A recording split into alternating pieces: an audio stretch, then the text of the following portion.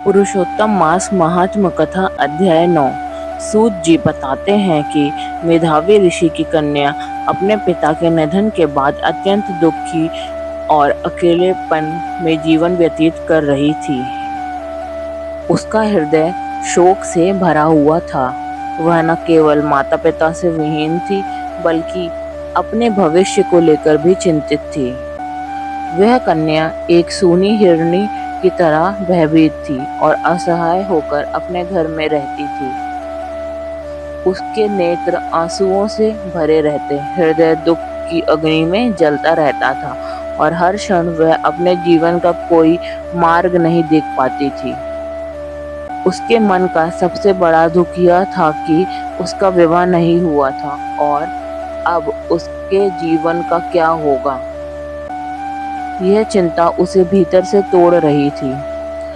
उसी समय उसके दुख को दूर करने के लिए दिव्य संयोग से महान तपस्वी दुर्वासा ऋषि वहां पधारे। वे अत्यंत तेजस्वी, क्रोधी किंतु कृपालु मुनि थे, जिनकी महिमा स्वयं देवताओं तक में प्रसिद्ध थी।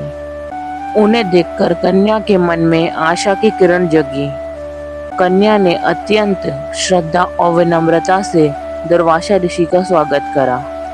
अर्घ पाग और वन में उपलब्ध फल फूल से उनकी पूजा की।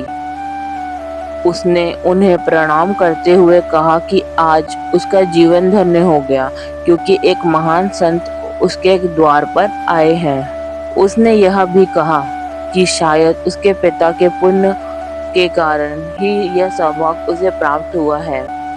दुर्वासा ऋषि उसकी सेवा भाव और विनम्रता से अत्यंत प्रसन्न हुए। उन्होंने उसे आशीर्वाद देते हुए कहा कि वह एक श्रेष्ठ कुल की धर्मपरायण और पुण्य आत्मा कन्या है। उसके पिता का तप सफल हुआ, जो उसे ऐसी कन्या प्राप्त हुई।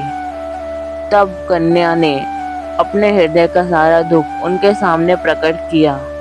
उसने कहा कि वह अनाथ है, उसका कोई सहारा नहीं है और विवाह न होने के कारण उसका जीवन अधूरा रह गया है।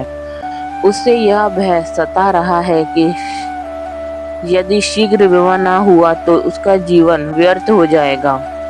उसकी करुण वाणी सुनकर दुर्वासा ऋषि का हृदय द्रवित हो गया। यद्यपि वे स्वभाव से क्रोधी थे, परंतु भीतर से अत्यंत दयालु थे। उन्होंने कन्या के दुख को समझा और उसके कल्याण के लिए उपाय सोचने लगे। अतः उन्होंने उसे एक ऐसा दिव्य और सारभूत उपाय बताने का निश्चय किया, जिससे उसके जीवन का दुख दूर हो सके और उसका भविष्य उज्जवल बन सके।